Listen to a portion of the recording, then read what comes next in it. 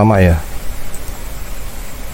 kenapa menulis blog Komarudin Sang Pejuang? Saya menulis itu sebenarnya dari tahun 2019. Itu adalah tulisan berdasarkan penelitian terhadap beliau dari buku-buku terbitan pemerintah. Kenapa saya menulis itu? Karena saya gelisah dengan data sejarah Provinsi Lampung. Pahlawan nasional kita ada 2, padahal menurut saya lebih banyak dari itu. Terkadang saya malu sebagai orang Lampung, pahlawan nasional saya hanya 2. Sepertinya kita ini cuma numpang di provinsi, di republik ini. Padahal ya tidak, kita berjuang juga untuk memperoleh kemerdekaan, berjuang juga melawan Belanda, melawan Jepang. Tapi tidak ada yang menulis. Sebenarnya saya menunggu dengan gelisah bahwa ada nanti yang menulis tentang pahlawan Lampung. Tapi tidak ada yang menulis.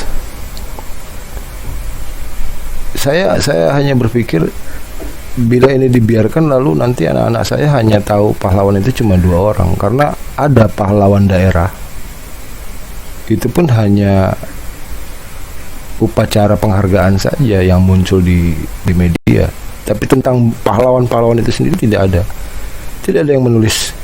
Tidak ada bukunya mana? Tidak ada. Padahal masyarakat itu membutuhkan ilmu sejarahnya, memerlukan cerita sejarahnya, data sejarahnya, bukan upacaranya. Upacara mungkin hanya kepada keluarga pahlawan itu sendiri, tetapi masyarakat memerlukan data sejarah yang menceritakan pahlawan ini pahlawan apa, dia apa waktu itu, dia berjuang untuk apa, bagaimana perjalanan perjuangannya dan lain sebagainya. Itu tidak ada yang menulis. Dalam kegelisahan itu akhirnya saya berpikir ya terpaksa saya yang nulis. Maka tahun 2019 saya mengumpulkan buku-buku sejarah Lampung. Saya mencari siapa yang kira-kira saya bisa tulis, dan muncullah nama Datuk Komarudin. Saya memanggilnya Datuk karena orang tua saya memanggil beliau Om. Juga tahun 99 kurang lebih ya, saya mengenal cucu beliau, Bunga, Indria Bunga Maria. Mengenal cucunya yang memanggil beliau dengan Opa. Dulunya malah saya nggak tahu bahwa Bunga itu adalah cucunya seorang pahlawan. Tidak ada yang tahu ya. Tapi kemudian baru tahu belakangan, oh ternyata cucunya pahlawan si Bunga ya, gitu aja.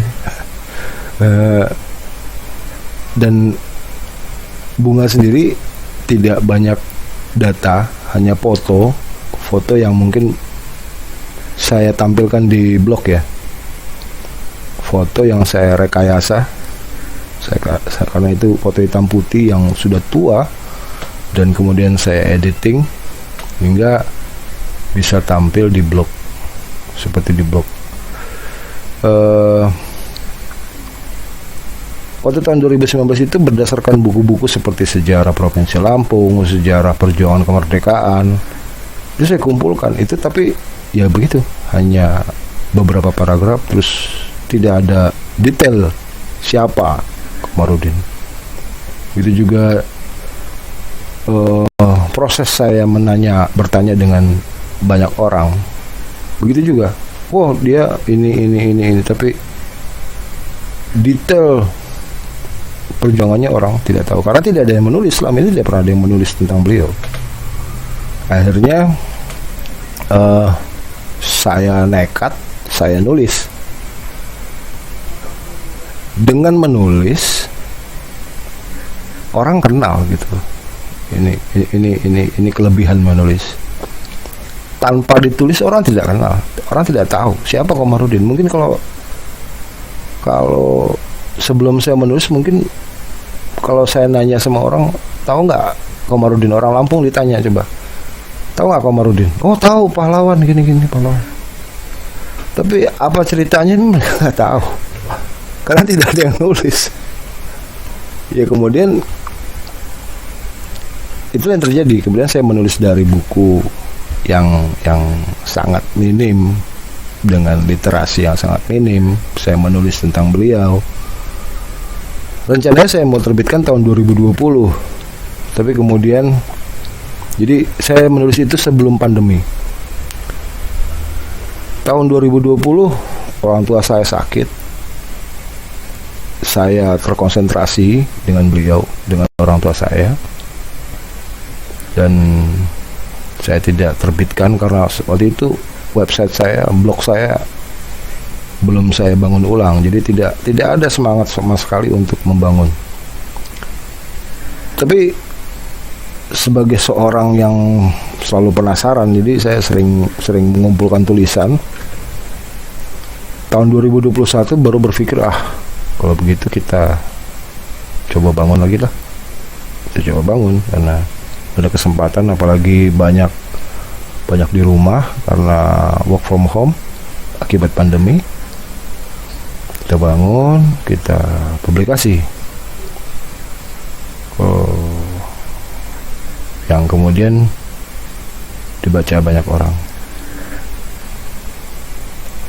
Itu sih latar belakang utama ya. Latar belakang utama kenapa saya menulis Komarudin, karena datanya ada.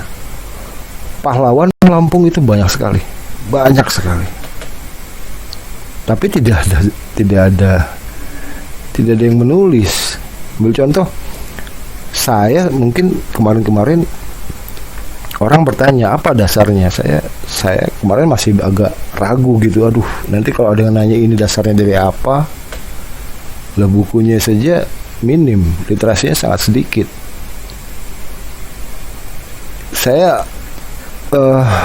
Maka saya bilang tadi nekat, karena tidak ada literasi yang mumpuni gitu ya, yang cukup.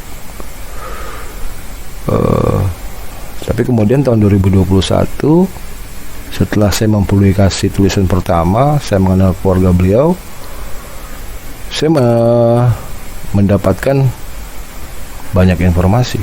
Terutama sekali saya mendapat kesempatan untuk membaca buku yang ditulis oleh Datuk Komarudin sendiri tentang perjuangan beliau dari tahun 30-an.